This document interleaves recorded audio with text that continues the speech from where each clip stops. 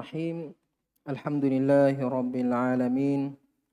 Wassalatu wassalamu ala asyrafil anbiya'i wal mursalin wa ala alihi wa sahbihi wa man tabi'ahum bi ihsanin ila yaumiddin. Amma ba'd. Alhamdulillah kita kembali melanjutkan kajian kita pada malam hari ini. Lanjutan pembahasan kitab Sahih Al-Imam Al-Bukhari rahimahullahu ta'ala rahmatan wasi'ah. Kita masih pembahasan tentang kitab As-Shaum. Pembahasan hadis-hadis yang berbicara tentang puasa, atau yang membahas tentang puasa. Kita masuk ke bab yang ke-11. Imam Bukhari rahimahullahu ta'ala berkata, Babu qaulin Nabi sallallahu alaihi wasallam, bab sabda Nabi sallallahu alaihi wasallam, Idza ra'aitumul hilala fasumu wa idza ra'aitumuhu faftiru. Apabila kalian melihat hilal Ramadan, fasumu, maka berpuasalah besoknya. Wa idza ra'aitumuhu, kemudian kau melihat hilal Syawal, fa'aftiru, maka berbukalah. Dalam bab ini Imam Bukhari rahimahullahu taala menjelaskan tentang bagaimana menentukan awal dan akhir bulan Ramadan. Kapan seseorang memulai puasa Ramadan dan kapan berakhir. Judul bab yang disebutkan oleh Imam Bukhari dalam bab ini adalah penggalan dari hadis Ibnu Umar yang sudah diriwayatkan sebelumnya di bab yang kelima dari kitab As-Siyam atau Shaum. Nabi sallallahu alaihi wasallam mengatakan, idza ra'aitumuhu fasumu wa idza ra'aitumuhu fa'aftiru fa in ghumma 'alaikum faqduru lah. Ini sudah diriwayatkan oleh Imam Bukhari secara muttasil di bab atau di beberapa bab sebelumnya, di bab kelima. Jadi judul bab ini masuk kategori hadis muallaq. Jadi semua hadis yang disebutkan oleh Imam Bukhari tanpa sanad, sekalipun itu judul bab, maka itu masuk kategori hadis muallaq di Sahih Bukhari. Hanya saja di bab ini disebutkan secara muallaq, tapi sudah diriwayatkan secara muttasil di bab sebelumnya, dan akan disebutkan lagi di bab ini sekalipun dengan lafaz yang sedikit berbeda. Kemudian di dalam bab ini Imam Bukhari akan menyebutkan beberapa hadis, yaitu satu hadis muallaq tanpa sanad dari Ammar bin Yasir selain judul. Kemudian 6 hadis muttasil, 3 dari Ibnu Umar, 1 dari Abu Hurairah, 1 dari Ummi Salamah, dan 1 dari Anas bin Malik. Hadis yang pertama yang disebutkan oleh Imam Bukhari setelah judul bab, yaitu hadis Ammar bin Yasir. Imam Bukhari mengatakan, waqala Silah ibnu Zufar al-Kufi al-Absi. Ini salah seorang kibar tabi'in, dan termasuk tabi'in yang mulia. Tabi'in itu ada kibar tabi'in, ada sigar tabi'in. Bagaimana membedakan kibar tabi'in dengan sigar tabi'in? Kibarut tabi'in itu meriwayatkan dari al-asyara al-mubasysyirin bil jannah. Ini kalau ada tabi'in bertemu dengan Abu Bakar, Umar, Utsman, 10 sahabat atau salah satu di antara 10 sahabat yang dijamin masuk surga, berarti dia kibar, tidak senior. Tapi kalau sigar itu hanya bertemu dengan 1-2 sahabat saja. Mungkin ketemu dengan Anas bin Malik, yang mana Anas bin Malik termasuk sahabat terakhir yang wafat di Madinah. Berarti dia kebanyakan riwayatnya dari tabi'in. Jadi sigarut tabi'in itu kebanyakan riwayatnya dari kibarut tabi'in. Hanya bertemu sahabat 1-2 orang saja. Sedangkan kibarut tabi'in, kalau dia ketemu dengan Abu Bakar, berarti yang lain ketemu juga. Jadi ini Zufar, Silah ibnu Zufar, ini termasuk kibar at-tabi'in. Wa qala Silah an Ammar bin Yasir radhiyallahu taala anhuma. Beliau mengatakan, man shama yaumasyak, siapa yang berpuasa pada hari yang diragukan, faqad asa Abul Qasim sallallahu alaihi wasallam, berarti dia telah menyelisihi atau mendurhakai atau menyingkari amalan Abul Qasim atau Nabi sallallahu alaihi wasallam. Abul Qasim Nabi Muhammad sallallahu alaihi wasallam. Hadis ini diriwayatkan dengan sanad yang muttasil oleh Imam Abu Dawud dalam kitab Sunan, Tirmidzi, An-Nasa'i, Ibnu Majah, Al-Arba'ah. Diriwayatkan oleh Imam Arba'ah dengan sanad yang utuh. Begitu juga dengan Imam Al-Hakim. Dan lafaz yang paling mirip dengan lafaz yang disebutkan oleh Imam Bukhari adalah lafaz dari Imam Al-Hakim. Paling mirip dengan riwayat yang disebutkan oleh Imam Bukhari. Imam Al-Hakim dalam kitab Al-Mustadrak, beliau mengatakan an Silah ibn Zufar qala kunna inda Ammar ibn Yasir. Lebih lengkap disebutkan kejadian atau sababu iradil hadis, yang sebab kenapa Ammar menyebutkan hadis ini. Jadi Silah mengatakan kunna inda Ammar bin Yasir, dahulu kami berada di sisi Ammar bin Yasir, fa amara bisyatin musliyatin atau musalliyatin. Kemudian Ammar meminta kambing yang dibakar atau dihidangkan kambing bakar. Faqulu atau faqala, Ammar mengatakan qulu. Ammar menawarkan kepada sahabatnya, kepada orang-orang yang ada di situ, termasuk Silah, akan makanlah, silahkan makan. Fatanahha ba'dul qaum, ada beberapa orang tidak mau makan atau tidak ingin mencicipi hidangan tersebut.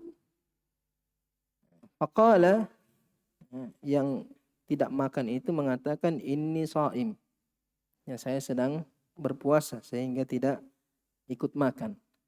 Faqala Ammar, maka Ammar mengatakan man shama yaumasyak faqad asa Abul Qasim, siapa yang berpuasa pada hari yang diragukan berarti dia telah durhaka kepada Abul Qasim, Nabi Muhammad sallallahu alaihi wasallam. Ada beberapa riwayat lain tapi cukup itu saja. Kemudian hadis ini disahihkan oleh Ibnu Khuzaimah, Ibnu Hibban, Daraqutni dan Imam Al-Baihaqi. Menunjukkan bahwa hadis ini hadis yang sahih. Hanya di antara tandanya hadis muallak yang sahih di Sahih Bukhari itu kalau diriwayatkan dengan sigatul jazm, makanya wa qala Silah. Qala di sini sigatul jazm, tidak mengatakan qila atau ruya atau hukiya. Kalau Imam Bukhari mengatakan qila atau hukiya atau ruya, maka itu isyarat bahwa hadis itu lemah. Tapi ketika memakai sigatul jazm, qala, haka, maka au rawa, maka itu isyarat dari Imam Bukhari bahwa hadis itu sahih, sekalipun bukan sahih menurut syarat Sahih Bukhari. Makanya Imam Bukhari tidak cantumkan sanadnya. Tidak diriwayatkan di tempat lain dalam Sahih Bukhari. Karena sekalipun sahih tapi tidak sesuai dengan standar kualitas Sahih Bukhari. Jadi Imam Bukhari hanya memasukkan hadis-hadis sahih yang kualitas tertinggi. Kualitas yang paling kuat kesahihannya yang dimasukkan di Sahih Bukhari. Adapun sahih tapi agak rendah kualitas kesahihannya, maka Imam Bukhari tidak mencantumkannya di dalam kitab sahihnya. Dari hadis Ammar ini ada beberapa faedah yang bisa kita petik. Di antaranya Imam Bukhari berdalil dengan hadis Ammar bahwasanya menentukan masuknya bulan puasa atau masuknya Ramadan harus dengan sesuatu yang meyakinkan. Harus sesuatu yang yakin, bukan sesuatu yang ditebak-tebak. Nah, sepertinya sudah Ramadan, sepertinya sudah masuk awal Ramadan. Makanya sama yang musyak. Yang musyak di sini artinya hari yang diragukan apakah sudah masuk Ramadan atau belum. Jadi Imam Bukhari menyebutkan hadis Ammar untuk berdalil bahwasanya untuk menentukan masuknya Ramadan tidak boleh dengan sesuatu yang masih diragukan. Harus sesuatu yang pasti, yang jelas. Itu diantaranya dengan melihat langsung. Kemudian hadis ini juga menunjukkan bahwa berpuasa pada hari yang diragukan hukumnya haram. Karena durhaka kepada Nabi, menyelisihi Nabi SAW, dan menyelisihi Nabi atau durhaka karena kata asa berarti maksiat. Maksiat itu berarti dosa. Maksiat itu berarti dosa. Allah berfirman, "Falyahdharil ladzina yukhalifuna an amri an tusibahum fitnah aw yusibahum adzabun alim." Berarti menyelisihi Nabi hukum asalnya adalah dosa, maksiat, mukhalafah. Kemudian hari syak itu, apa yang dimaksud dengan hari yang diragukan? Yaumul syak. Kapan itu yaum syak? Yaumul syak itu ketika di akhir atau ketika di 29 Sya'ban, anggaplah tadi 29 Sya'ban. Berarti besok ini kemungkinan 30 atau kemungkinan satu Ramadan. Sehingga ketika matahari tenggelam 29 Sya'ban, orang sudah menanti hilal, sudah memantau. Ketika langit cerah, ada yang menghalangi pandangan dari melihat hilal, kemudian terlihat hilal, berarti besok 1 Ramadan. Sudah jelas itu. Kalau terlihat hilal berarti besok 1 Ramadan. Tapi kalau tidak terlihat hilal berarti besok 30 Sya'ban. 30 Sya'ban tidak terlihat hilal. Cuaca cerah tapi tidak terlihat hilal berarti besok 30 Sya'ban. Jadi masalah ketika cuaca mendung atau ada awan yang tebal menutupi pandangan. Atau terkadang kalau di negeri Arab itu hujan debu biasanya. Itu menghalangi pandangan itu. Sehingga di balik awan ini, di balik mendung ini, atau di balik kabut ini, ada 2 kemungkinan. Ada hilal atau tidak ada. Ini kita tidak tahu. Di balik awan mendung ini atau awan yang tebal ini, sudah ada hilal cuma karena ada yang menghalangi atau tidak ada. Makanya Nabi mengatakan kalau fa'in gumma alaikum akmilul iddata 30. Kalau terhalang pandangan kalian dari mendung atau awan atau kabut, maka jadikan besok 30 Sya'ban. Adapun yang berpuasa besoknya, itulah yang dilarang oleh Nabi SAW. Ketika dia berpuasa besoknya dengan anggapan siapa tahu sudah ada hilal cuma tidak terlihat. Karena ada yang menghalangi pandangan. Makanya dikatakan hari yang diragukan. Kenapa? Karena mungkin tidaknya hilal ada di balik mendung tersebut, di balik awan tersebut. Pandangan kita terhalang. Sehingga bisa memungkinkan adanya hilal atau tidak adanya hilal. Tapi Nabi putus perselisihan. Karena kalau dibiarkan orang mengikuti prasangkanya, pasti ada yang puasa, ada yang tidak. Makanya Nabi untuk menyatukan kaum muslimin katakan fa in gumma alaikum fakmilul iddah thalathin. Tidak peduli apakah memang sudah ada hilal atau tidak, pokoknya besok jadikan 30 Sya'ban. Jangan sampai sesuai dengan hitungan, sesuai dengan ini. Lepaskan semua itu. Karena kalau mau pakai logika-logika seperti itu, pasti orang berselisih.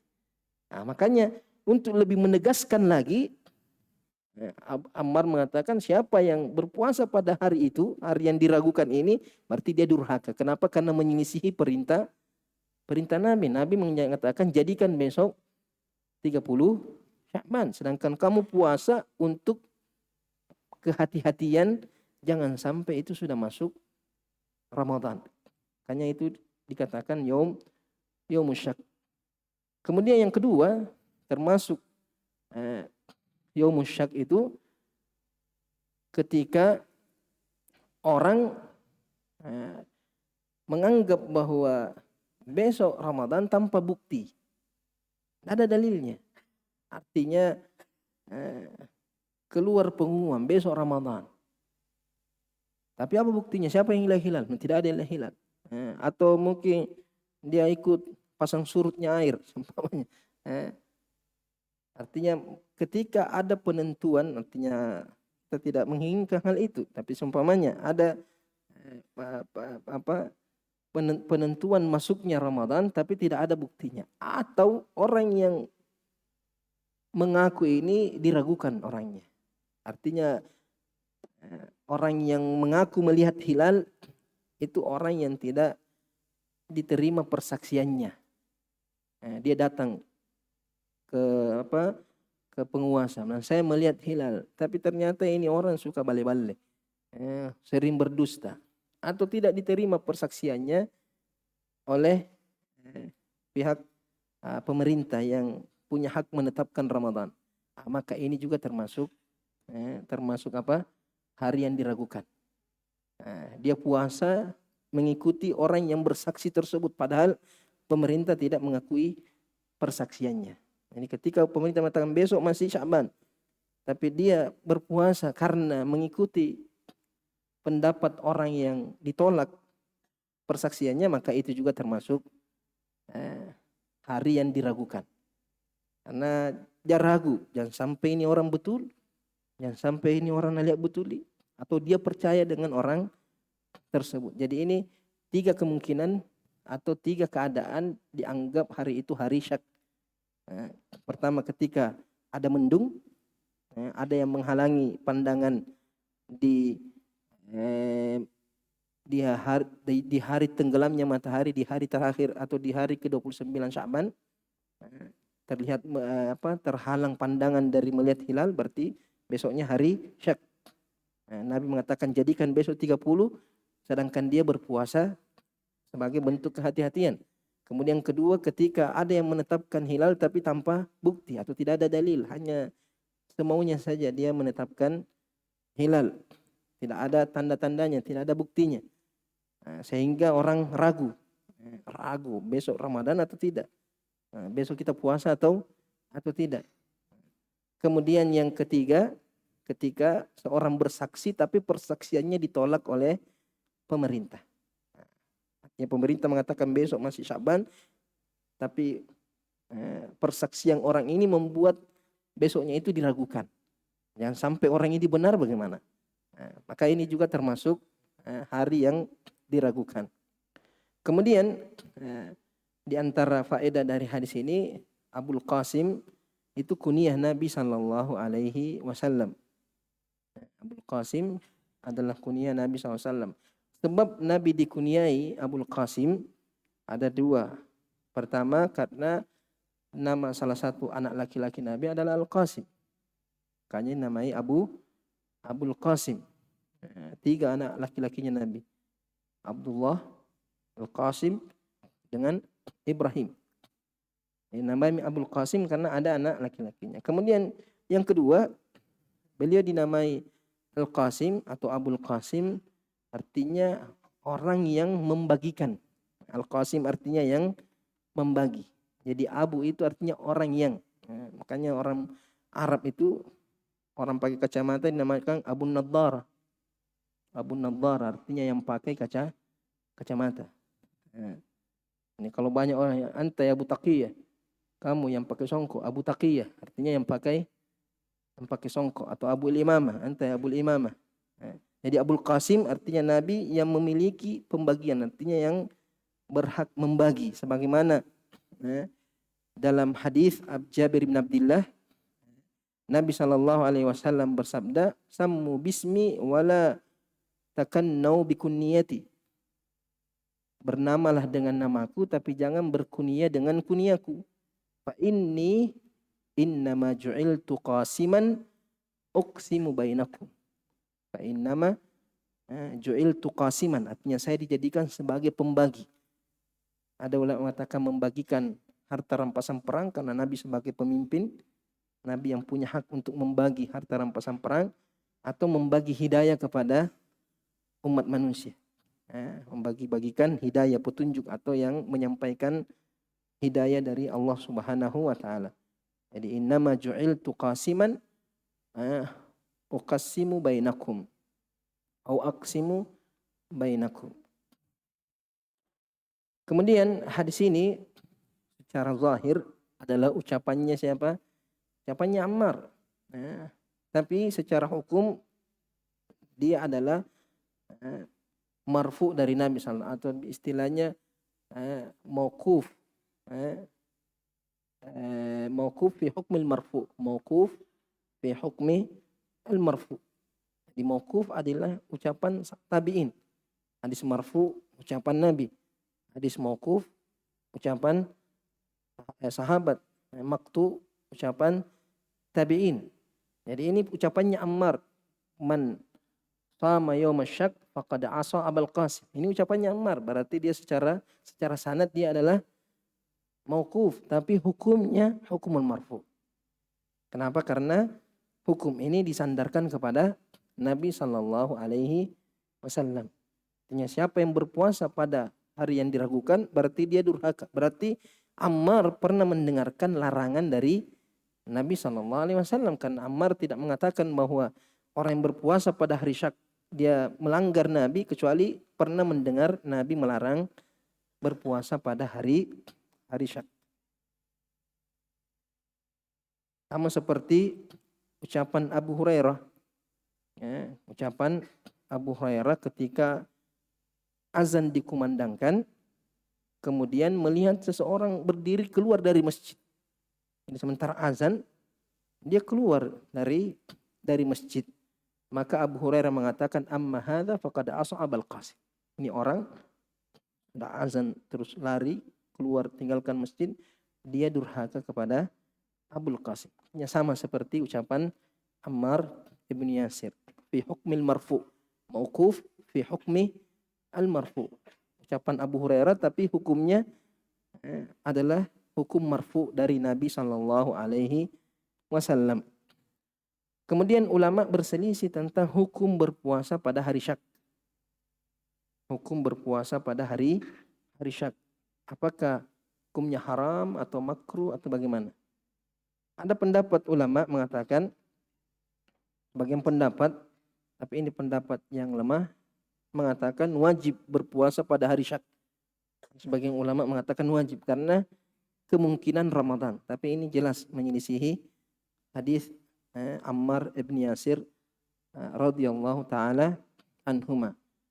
Kemudian ada pendapat kedua, ini disebutkan oleh Al-Hafiz Ibn Hajar dalam Al-Fath. Pendapat yang kedua bahwasannya tidak boleh kalau dia niatkan Ramadan. Artinya kalau dia berpuasa pada hari Syak dengan niat itu satu Ramadan, maka itu tidak dibolehkan. Tidak dibolehkan. Tapi kalau dia puasa pada hari itu dengan niat sunnah Sya'ban. Artinya dia menganggap bahwa ini termasuk puasa Sya'ban. Atau puasa yang rutin dia lakukan. Sebagaimana hadis sebelumnya, la yataqaddamanna ahadukum bisawmi yaumin aw yaumaini. La yataqaddam Ramadan bisawmi yaumin aw yaumain illa idza kana yaumu sawmi ahadikum. Kecuali apabila hari itu adalah hari yang biasa kalian puasai. Seperti seumpamanya hari Syak itu hari Senin. Hari Syak itu hari Senin, dan dia biasa rutin sholat, rutin puasa Senin Kamis. Maka dia puasa dengan niat puasa sunnah Senin atau Kamis. Dia tidak puasa karena anggapan itu kemungkinan satu Ramadan. Maka itu hukumnya boleh.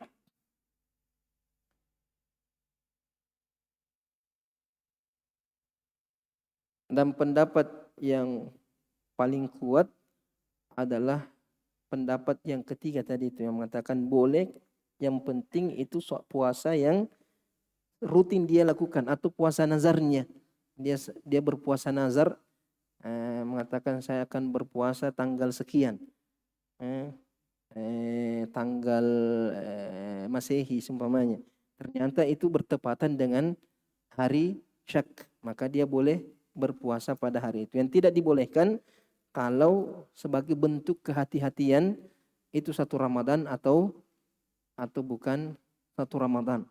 Makanya dalam hadis Abu Hurairah di riwayatnya lain, Sahih Bukhari dan Muslim, Nabi mengatakan la yataqaddamanna ahadukum Ramadhana bi shaumi yaumin aw yaumaini illa ayyakuna rajulun kana yasumu shaumuhu falyasum dzalika al-yaum. Kecuali jadi tidak boleh mendahulukan Ramadan dengan berpuasa sehari atau 2 hari. Sehari berarti hari Syak 30 Sya'ban, atau 29 Sya'ban. Kecuali kalau itu bertepatan dengan puasa rutinnya, atau puasa yang sering dia lakukan, atau puasa yang dia bernazar di situ. Mungkin dia pernah bernazar, saya akan sering puasa hari Selasa, seumpamanya. Dia bernazar berpuasa pada hari Selasa. Ternyata itu bertepatan dengan hari Selasa. Atau bernazar, saya akan berpuasa setiap tanggal 1 Masehi, setiap bulan Masehi semuanya. Ternyata bertepatan dengan hari Syak, maka itu dibolehkan. Kemudian hadis selanjutnya yang disebutkan oleh Imam Bukhari yang muttasil, hadis Ibnu Umar. Imam Bukhari mengatakan haddatsana Abdullah ibnu Maslamah al-Qa'nabi. Ini salah seorang perawi Muwatta Imam Malik. Riwayat al-Qa'nabi, Abdullah ibn Maslamah al-Qa'nabi, an Malik ibn Anas, an Nafi' maula ibn Umar, an Abdullah ibn Umar radhiyallahu taala anhuma, anna Rasulullah sallallahu alaihi wasallam dzakara Ramadan. Nabi suatu hari menyebutkan atau membahas tentang Ramadan, berbicara tentang perkara Ramadan. Faqala la tasumu hatta tarawul hilal. Jangan kalian berpuasa sampai melihat hilal Ramadan. Wala tuftiru hatta tarawhu. Dan jangan berbuka, artinya akhir Ramadan, Idul Fitri, sampai kalian melihat hilal Syawal. Fa in gumma alaikum, apabila terhalang dari kalian, ada yang menghalangi pandangan kalian dari hilal, faqduru lahu, maka perkirakanlah. Ada sebagian menafsirkan bahwa perkirakan besok Ramadan, tapi ini penjelasan ini dibantah dengan riwayat yang akan datang. Riwayat yang datang mengatakan fa'akmilul iddata 30. Makanya yang memakai hisab, dia berdalil dengan hadis ini, faqduru lahu artinya takdirkan, perkirakan, atau hitung-hitung. Faqduru mengatakan ihsibu, menafsirkan kata faqduru artinya ihsibu. Tapi riwayat yang akan datang 2 hadis setelahnya Ini menunjukkan bahwasanya faqduru di sini artinya fa'akmilu. Fa'akmilu lahu artinya sempurnakan Sya'ban menjadi 30 hari. Riwayat yang kedua, Imam Bukhari mengatakan haddatsana Abdullah bin Maslamah. Sama seperti di atas. Haddatsana Malik. Qala haddatsana Malik an Abdullah ibn Dinar. Tadi di atas dari Nafi, di sini dari Abdullah bin Dinar. An Abdullah bin Umar. Dari Abdullah bin Umar radhiyallahu taala anhuma anna Rasulullah sallallahu alaihi wasallam qala asy-syahru 29 lailah. Bulan itu sebanyak 29 malam hari. Itu paling kurang. Minimal satu bulan itu 29 malam. Fala tasumu hatta tarawhu. Jadi kalau sudah 29 berlalu, Sya'ban sudah berlalu 29. Makanya kata Rasulullah, jangan puasa besoknya kecuali kamu melihatnya. Melihat hilal Ramadan. Fa in ghumma alaikum, kalau terhalang dari kalian, artinya melihat hilal terhalang dari kalian, fa'akmilu al-iddata 30. Maka sempurnakan bilangan bulan Sya'ban menjadi 30. Ini hukum kebanyakan bulan itu minimalnya adalah 29. Ketika sudah selesai 29 berarti besok kemungkinan bulan baru atau penyempurnaan 30. Ini kalau melihat hilal berarti besok sudah satu Ramadan atau sudah 1 Syawal. Tapi kalau tidak terlihat berarti jadikan besok 30. Tapi kalau ada yang menghalangi tidak bisa terlihat, jadikan juga 30. Nah, ini supaya lebih pasti, lebih jelas. Kemudian riwayat yang ketiga hadis Ibnu Umar, qala Imam Bukhari haddatsana Abdul Walid Hisham ibn Abdul Malik Al-Basri. Hisham ibn Abdul Malik Al-Basri. Qala haddatsana Syu'bah bin Al-Hajjaj an Jabalah ibn Suhaim. Qala sami'tu Ibn Umar radhiyallahu taala anhuma qala Nabi sallallahu alaihi wasallam asy-syahru hakadha. Asy-syahru hakadha. 1 2 3. 29. Nabi berbicara pakai isyarat. Asy-syahru hakadha. Nah, berarti pertamanya 10 10 9, kemudian kedua 10 10 10, berarti 30. Ini kemungkinan 29, kemungkinan 30. Jadi Nabi berbicara pakai bahasa isyarat. Wa khanasal ibhamu fit tsalitsah. Khanasa artinya dia sembunyikan, Nabi sembunyikan ibu jarinya untuk yang ketiga kalinya. Hakadha. 1 2 hakadha. Berarti khanasal ibhamu fit tsalits. Dia Nabi sembunyikan ibu jarinya di yang ketiga kalinya. 1 2 3. Artinya satu bulan itu minimal 29 hari. Nah, ini 3 hadis dari Abdullah ibnu Umar yang jelas menunjukkan bagaimana cara menentukan awal dan akhir Ramadan, yaitu dengan melihat hilal untuk masuknya Ramadan dan melihat hilal untuk masuknya Sya'ban. Dan ada larangan namanya la tasumu. La di sini tufidun nahi. Al-aslu fin nahi tahrim. Asal larangan itu adalah pengharaman. Jangan berpuasa sampai kalian melihatnya. Berarti orang yang berpuasa padahal belum melihat hilal berarti dia durhaka kepada Nabi sallallahu alaihi wasallam. Begitu juga ketika masuk Syawal.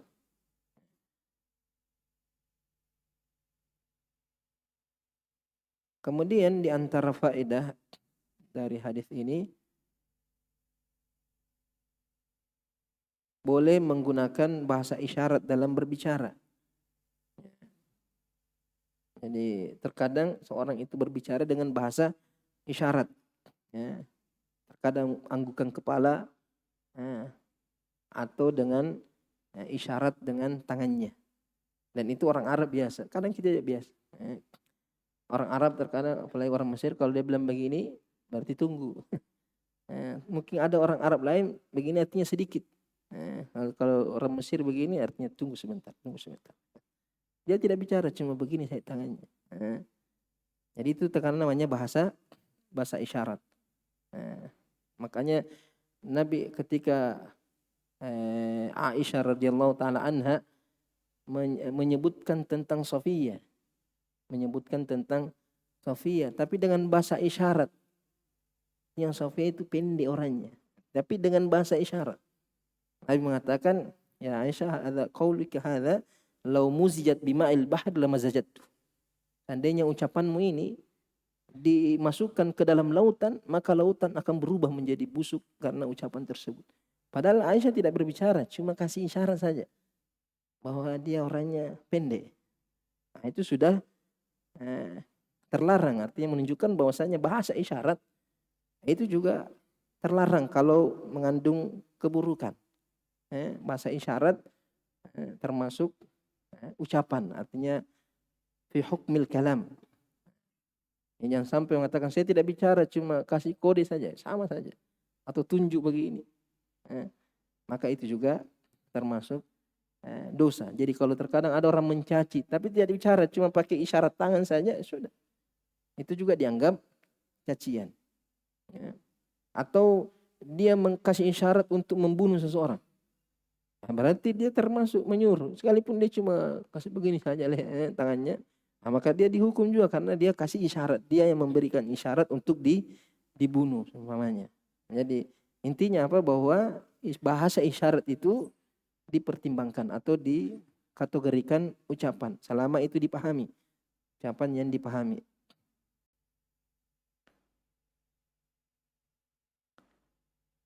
Kemudian ada perselisihan ulama berapa saksi orang untuk melihat hilal.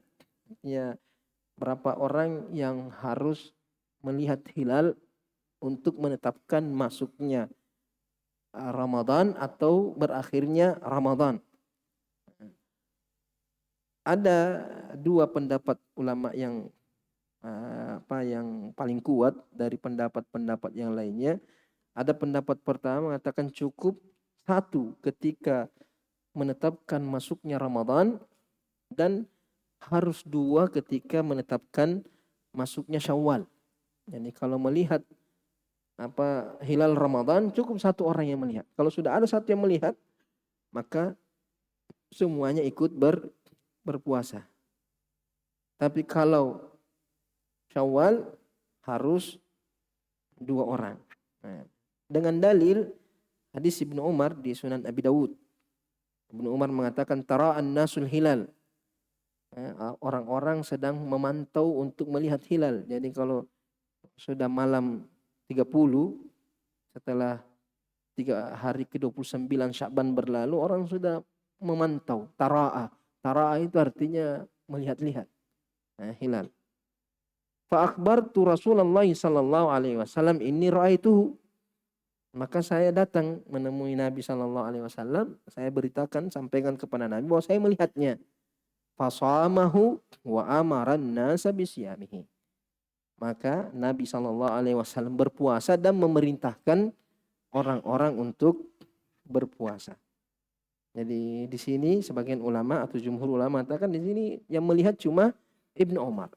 Sampaikan kepada Nabi, akhirnya Nabi terima ucapan Ibnu Umar dan memerintahkan yang lain untuk berpuasa. Ini juga isyarat bahwa menetapkan masuknya Ramadan itu wewenang penguasa. Karena Ibnu Umar tidak langsung berteriak di tengah masyarakat, kuliah, puasa mau ke besok. Tidak. Tapi datang dulu kepada Nabi. Nanti Nabi yang putuskan. Baru Nabi sebarkan. Nah, itu seperti itu yang dicontohkan Nabi SAW. Bukan bikin keputusan sendiri, sebarkan sendiri, yang mau ikut-ikut yang itu bikin kekacauan di tengah masyarakat. Pemerintah belum putuskan, dia sudah putuskan. Itu melampaui wewenang penguasa. Hanya yang punya wewenang untuk menetapkan masuknya Ramadan atau keluarnya Ramadan adalah penguasa. Adapun hilal Syawal maka harus 2 saksi. Sebagaimana hadis Abdurrahman bin Zaid al-Khattab ibn Khattab. Abdurrahman ibn Zaid ibn Khattab rahimahullah. Ketika dia berkhutbah, dia sampaikan bahwasanya dia pernah bersama salah seorang sahabat Nabi. Artinya dia pernah duduk bersama salah seorang sahabat Nabi sallallahu alaihi wasallam. Kemudian bertanya kepada sahabat Nabi ini, bagaimana Nabi sallallahu alaihi wasallam ketika melihat atau berbicara atau menyampaikan tentang hilal. Maka Rasulullah mengatakan, sumu li ru'yatihi wa aftiru li ru'yatihi. Puasalah ketika melihatnya hilal Ramadan, wa aftiru li ru'yatihi, dan berbukalah ketika melihat Syawal, hilal Syawal. Wansuku laha. Wansuku laha. Menunjukkan bahwasanya nusuk juga artinya ibadah haji juga harus mengikuti ru'yah. Jadi bukan cuma Ramadan saja, tapi Dzulqa'dah juga harus melihat hilal. Begitu juga karena bulan haji itu kan mulai dari Syawal, Dzulqa'dah dan Dzulhijjah. Terkhusus Dzulhijjah perlu juga di ru'yah ditetapkan masuknya atau ditetapkan keluarnya Dzulqa'dah karena akan berkaitan dengan Idul Adha. Nabi mengatakan wansuku laha. Wansuku laha artinya berkurbanlah juga dengan melihat hilal. Karena masuknya hilal atau terlihatnya hilal Dzulqa'dah mempengaruhi Idul Adha, waktu menyembelih. Makanya penentuan hilal Dzulqa'dah juga harus dengan melihat hilal. Fa in gumma 'alaikum fa akmilu 30. Kalau terhalang pandangan kalian dari hilal maka sempurnakan 30. Fa in syahida syahidan. Dia mengatakan fa in syahida syahidan. Kalau ada 2 yang bersaksi bahwa dia melihat hilal, fasumu wa aftiru. Maka berpuasalah dan berbukalah. Di sini Nabi mengatakan kalau bersaksi 2 orang melihat hilal, maka puasalah dan berbukalah. Jumhur ulama atau sebagian ulama mengatakan adapun puasa itu dikhususkan atau dikeluarkan dari hadis ini karena hadis Ibnu Umar. Hadis Ibnu Umar cuma cukup satu orang ketika menetapkan masuknya puasa. Adapun berbuka tidak ada yang memberikan pengecualian. Maka berbuka tetap harus dua orang. Jadi hadis ini mengatakan berpuasa dan berbuka harus 2 saksi. Tapi hadis Ibnu Umar yang tadi sebelumnya menunjukkan bahwa biar 1 orang sudah cukup. Biar 1 orang yang melihat hilal sudah cukup untuk menentukan masuknya Ramadan. Sehingga ulama mengatakan hadis Ibnu Umar memberikan pengecualian untuk berpuasa. Berpuasa bisa satu orang. Adapun berbuka tidak ada yang memberikan pengecualian. Tidak ada riwayat lain yang mengatakan boleh berbuka dengan 1 orang saja yang melihat hilal. Berarti hadis ini tetap dihukumi bahwa berbuka itu harus dua orang yang melihat hilal. Artinya kalau mau menentukan akhir Ramadan harus 2 orang yang melihatnya. Ya. Kenapa? Kemudian berdalil juga dengan dalil atau dengan kaidah bahwasanya masuknya Ramadan itu hukum asalnya orang tidak berpuasa. Hukum asalnya orang tidak berpuasa. Artinya orang berbuka. Kemudian ketika ada satu melihat hilal, maka sudah cukup untuk menetapkan masuknya puasa Ramadan. Sedangkan masuknya Syawal, orang sedang puasa. Orang sedang berpuasa. Maka tidak boleh keluar dari puasa kecuali yakin 2 orang yang bisa menyaksikan bahwa besok sudah 1 Syawal. Karena hukum asalnya kita sedang puasa. Artinya Kalau tidak terlihat besok kita tetap puasa.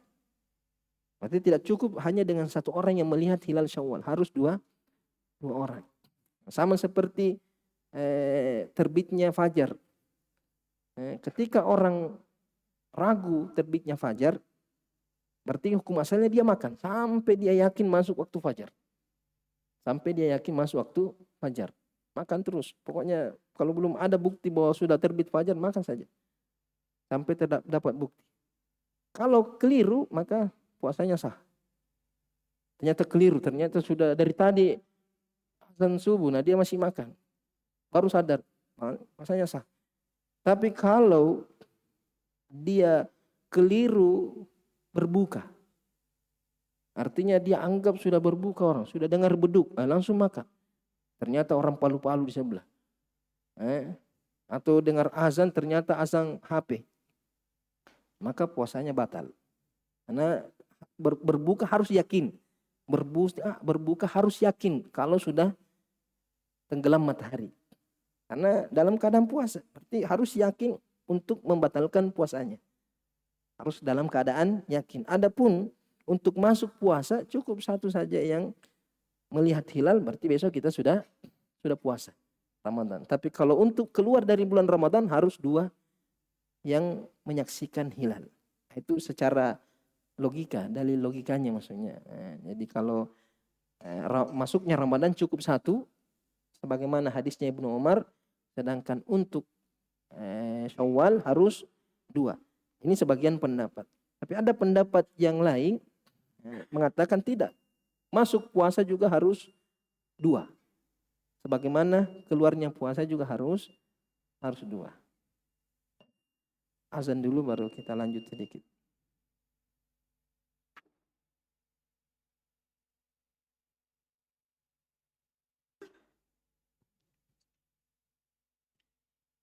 Allahu Akbar, Allahu Akbar, Allahu Akbar, Allahu Akbar. Ashhadu an la ilaha illallah. أشهد أن لا إله إلا الله. أشهد أن محمدا رسول الله. أشهد أن محمد رسول الله.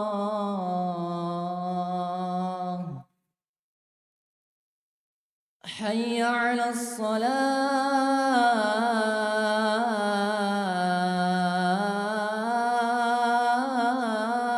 الصلاة. حي على الصلاة.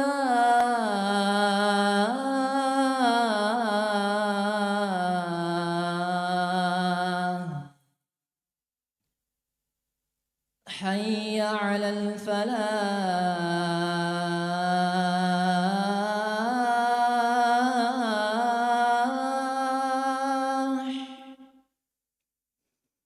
حي على الفلاح.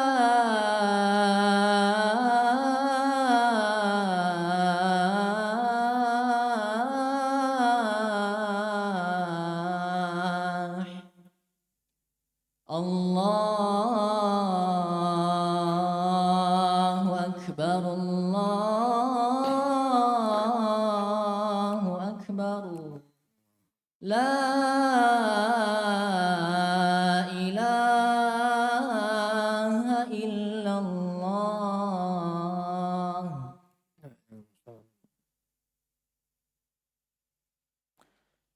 Pendapat yang kedua, bahwasanya masuknya Ramadan atau keluarnya Ramadan, berbuka atau berpuasa atau berbuka harus dua saksi. Karena hadis ini, hadis Abdurrahman bin Zaid bin Al-Khattab, yang mengatakan fan syahida syahidan fasumu waftiru. Kemudian dijawab hadisnya Ibnu Umar, mengatakan hadis Ibnu Umar tidak menunjukkan bahwasanya yang melihat cuma Ibnu Umar. Artinya tidak mesti atau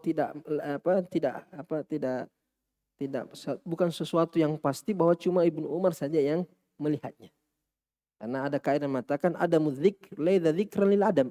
Ada mudzikr laisa dzikran lil adam. Artinya tidak disebutkan dalam riwayat Ibnu Umar bahwa ada orang lain yang melihatnya, bukan berarti tidak ada yang melihatnya. Bisa jadi Nabi juga lihat. Jadi Nabi sudah lihat, kemudian Ibnu Umar melihatnya, maka Nabi perintahkan yang lain untuk berpuasa. Artinya hadis Ibnu Umar tidak menunjukkan bahwasanya yang melihat itu cuma satu. Sekalipun zahirnya seperti itu, zahirnya yang melihat cuma Ibnu Umar, karena Ibnu Umar mengatakan tara'an nasu fa akhbartu. Ya, seolah-olah Ibnu Umar tapi apakah Ibnu Umar tahu bahwa ada yang lain selain dia yang menyampaikan? Ibnu Umar tidak mengatakan tidak ada yang melihatnya kecuali saya. Tidak. Ibnu Umar tidak mengatakan begitu. Ibnu Umar cuma mengatakan saya menyampaikan kepada Nabi dan Nabi menerimanya. Tapi tidak menutup kemungkinan sebelum Ibnu Umar sudah ada yang melihat. Cuma Ibnu Umar ketika datang langsung Nabi umumkan. Padahal mungkin sebelum Ibnu Umar datang sudah ada yang datang sebelumnya. Atau Nabi juga sudah lihat. Jadi tetap kepada hadis yang kedua. Karena dalam kaidah usul juga itu al-mantuq muqaddam 'alal mafhum. Jadi hadisnya Abdurrahman jelas fa in syahida syahidan fasumu aftiru. Jelas sekali. Sedangkan hadisnya Ibnu Umar hanya dipahami saja mafhumnya. Yang dipahami dari hadis Ibnu Umar bahwa tidak ada yang melihat kecuali itu yang kita pahami, tapi tidak mesti, bisa jadi ada kemungkinan. Ada kaidah juga usul mengatakan ad-dalilu idza tatarraqa alaihi ihtimalat saqata bil istidlal. Satu dalil kalau ada mengandung kemungkinan-kemungkinannya bisa jadi cuma Ibnu Umar, bisa jadi ada orang lain. Artinya ad-dalil idza tatarraqa alaihi ihtimalat artinya kemungkinan saqata bihil istidlal. Berarti gugur dalam pendalilan, tidak bisa jadikan dalil karena masih belum jelas. Sedangkan hadisnya Abdurrahman jelas, fa in syahida syahidan. Kalau bersaksi dua saksi berarti fasumu waftiru.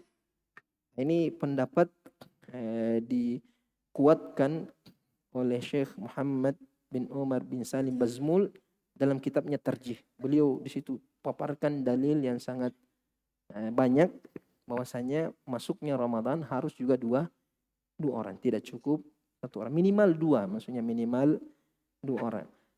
Kemudian di antara pembahasan dalam hadis ini, apakah ketika ini juga sering diperdebatkan, ketika hilal terlihat di satu daerah, apakah semua daerah dari kaum muslimin harus mengikut ru'yah tersebut?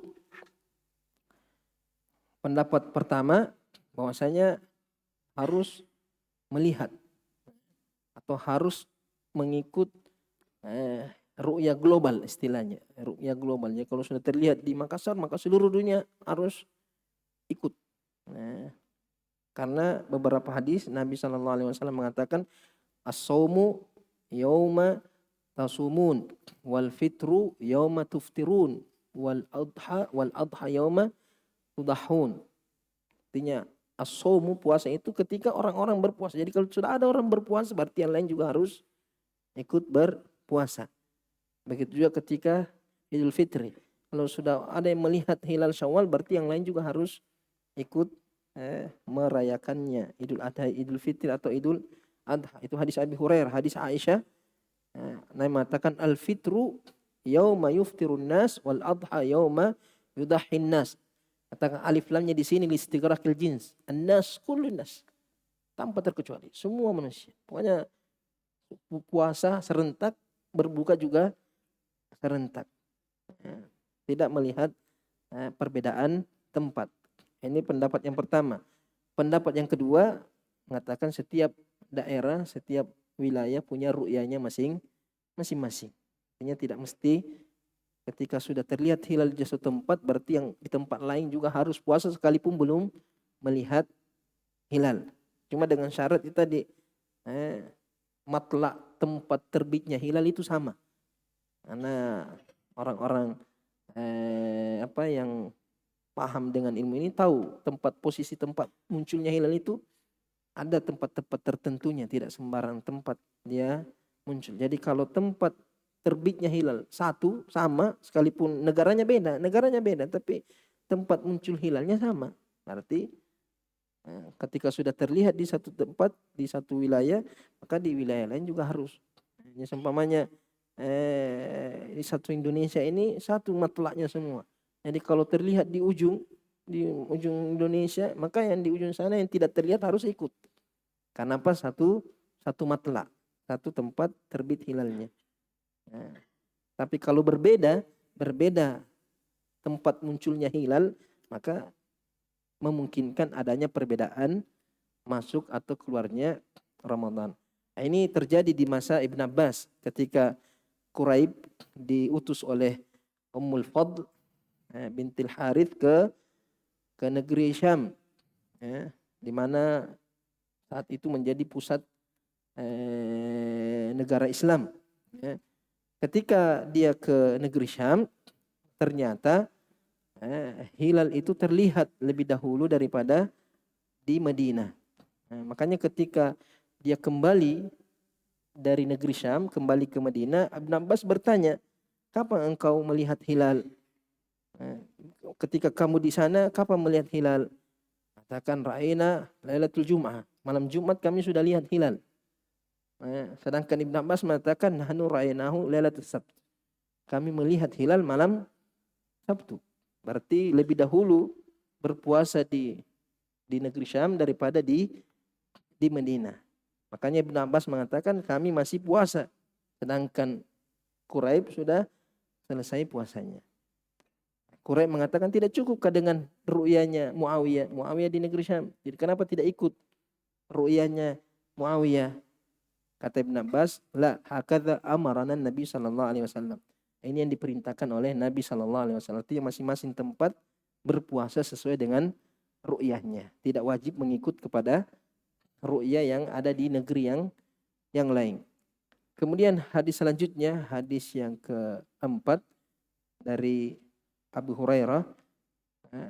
Imam Bukhari mengatakan haddatsana Adam ibnu Abi Iyas qala haddatsana Syu'bah bin Hajjaj qala haddatsana Muhammad ibn Ziyad qala sami'tu Abu Hurairah radhiyallahu taala anhu yaqul qala Nabi sallallahu alaihi wasallam atau qala Abul Qasim sallallahu alaihi wasallam sumu li ru'yatihi wa aftiru li ru'yatihi fa in ghubbiya alaikum fa akmilu iddata Sya'ban 30. Ini jelas juga ini. Sama seperti itu. Fa akmilul iddata 30. Di sini fa akmilul iddata Sya'ban 30. Genapkan bilangan hari Sya'ban menjadi 30. Kemudian hadis selanjutnya qala haddatsana Abu Asim. Haddatsana Abu Asim Ad-Dhahhak ibn Makhlad. Ad-Dhahhak ibn Makhlad an ibn Juraij. Ibn Juraij Abdul Malik ibn Abdul Aziz ibn Juraij. Ini Juraij ini nama kakeknya. Abdul Malik ibn Abdul Aziz ibn Juraij. An Yahya ibn Abdullah ibn Saifa. An Ikrimah ibn Abdurrahman. An Ikrimah ibn Abdurrahman. An Ummi Salamah radhiyallahu taala anha anna Nabiy sallallahu alaihi wasallam anna Nabiy sallallahu alaihi wasallam ala. Sini apa nih? Anna Nabiy sallallahu alaihi wasallam ala min nisa'ihi syahran. Ala artinya ila. Ala artinya bersumpah untuk tidak mendatangi istrinya syahran selama 1 bulan. Itu namanya ila, bersumpah. Dan demi Allah saya tidak akan menyentuh istri saya selama 1 bulan. Seluruhnya, semua istrinya, 9 orang istrinya Nabi tidak mau mendekatinya. Ala min nisa'ihi syahran. Falamma madha 29 yauman, ketika sudah berlalu 29 hari, ghada aw raha. Nabi datang mengunjungi istrinya. di pagi hari atau di sore hari. Faqila lahu, maka istri Nabi berkata kepada Nabi, innaka halafta alla tadkhula syahran. Ya Rasulullah, kamu bersumpah untuk tidak datang 1 bulan. Nah, ini baru 29. Faqala inna syahra yakunu 29 yauman. 1 bulan itu 29. Jadi kalau ada orang bernazar, nah saya bernazar puasa 1 bulan, berarti 29 sudah cukup. 29 sudah cukup. Kecuali kalau dia sebut bulannya. Nah, saya bernazar puasa di bulan Sya'ban atau puasa di bulan Muharram. Kalau ternyata Muharram hari itu, bulan itu 29, cukup 29 saja. Tapi kalau 30 harus 30. Itu kalau dia sebut bulan. Tapi kalau saya bernazar puasa 1 bulan seperti Nabi, mengilah istrinya satu bulan. Setelah 29 Nabi datangi istrinya. Baru 29. Nah, 1 bulan itu cuma 29. Diambil yang paling sedikitnya. Di antara faedah di sini, boleh seorang suami itu mengilah istrinya. Satu yang boleh untuk menghukum istri terkadang. Tapi susah sekarang, justru takut ditinggal istrinya. 1 bulan bayar. Artinya 1 bulan tidak disentuh, tidak ditemani bicara, tidak. Itu hukumnya boleh. Biasanya dipakai untuk memberikan hukuman terhadap istrinya. Makanya Allah Subhanahu wa taala berfirman, wallati takhafuna nusyuzahunna fa'idhuhunna wahjuruhunna. Intermesi maksudnya ini. Wahjuruhunna artinya bersumpah meninggalkan atau menjauhi istrinya.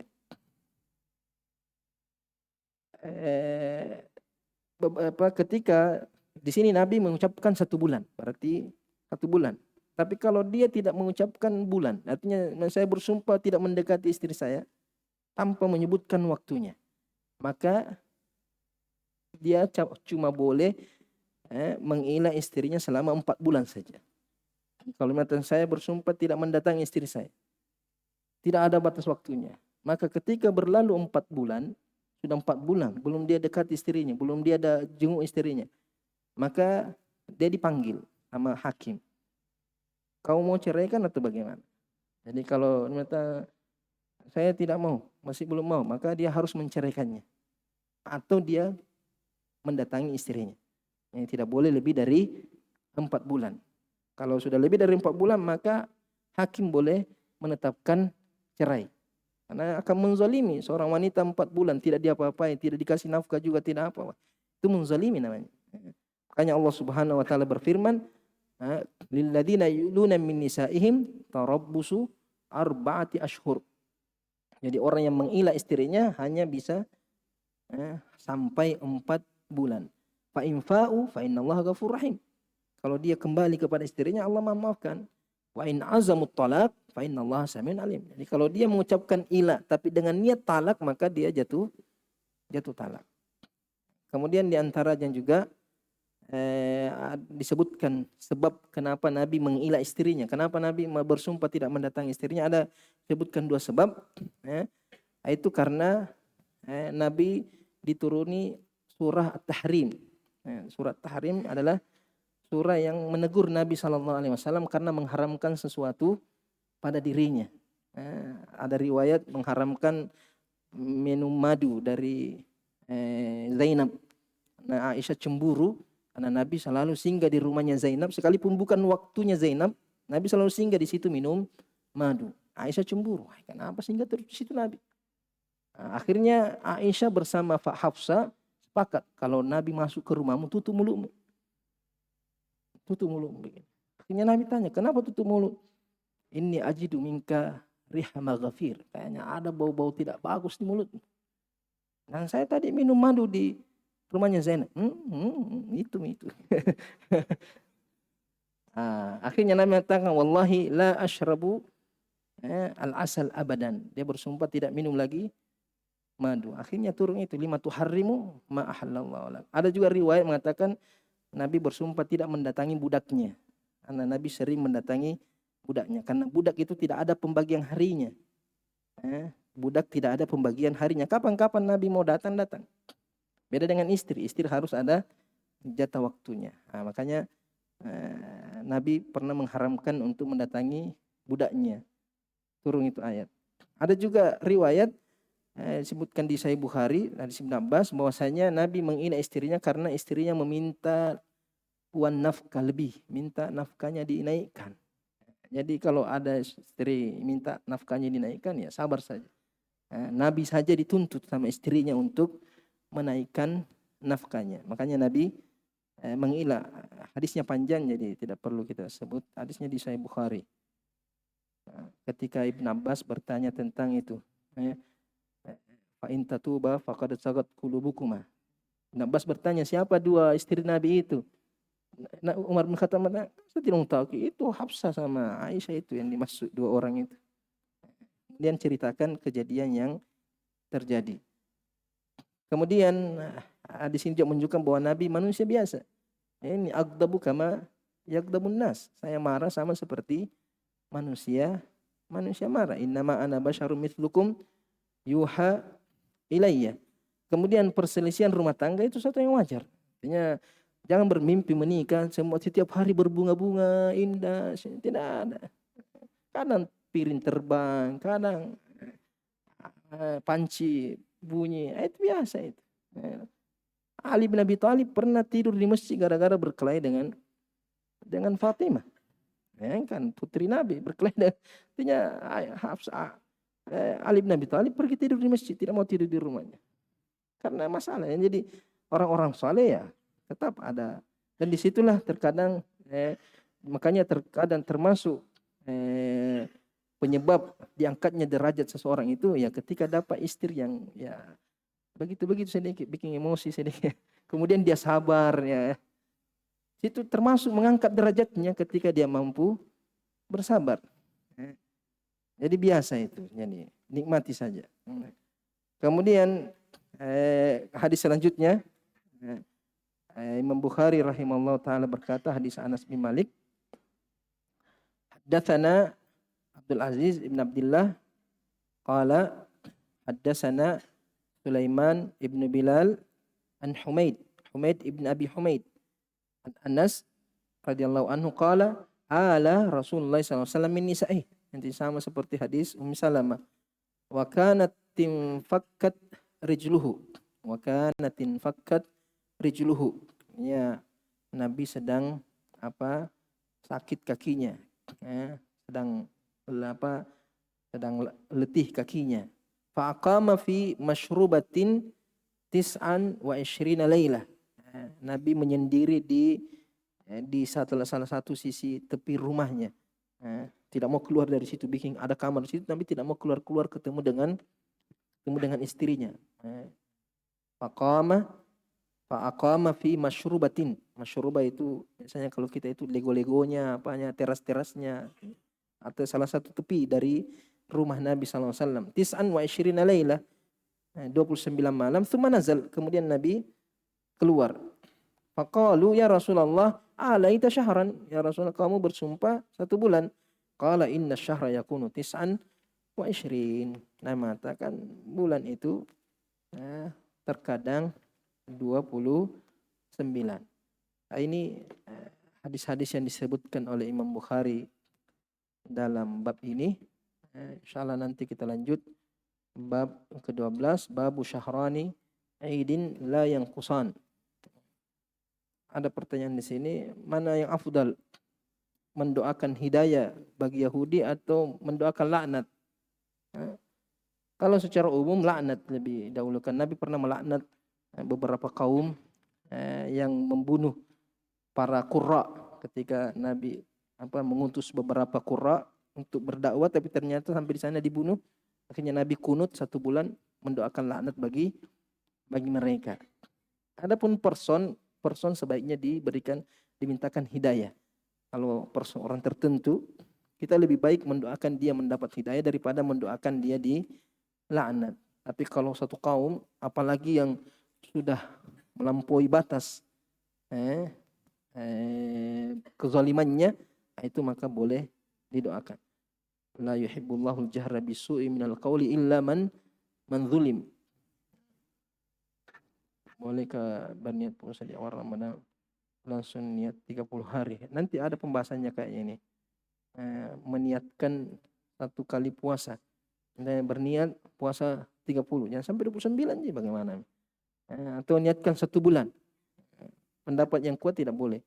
Karena setiap malam itu terhitung. Makanya kalau dia tidak puasa di pertengahan, tidak dianggap batal niatnya. Atau tidak dianggap niatnya. Makanya Nabi mengatakan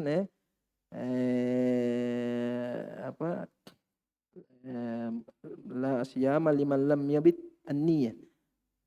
La siyama man lam yujmi'in niyat bilail.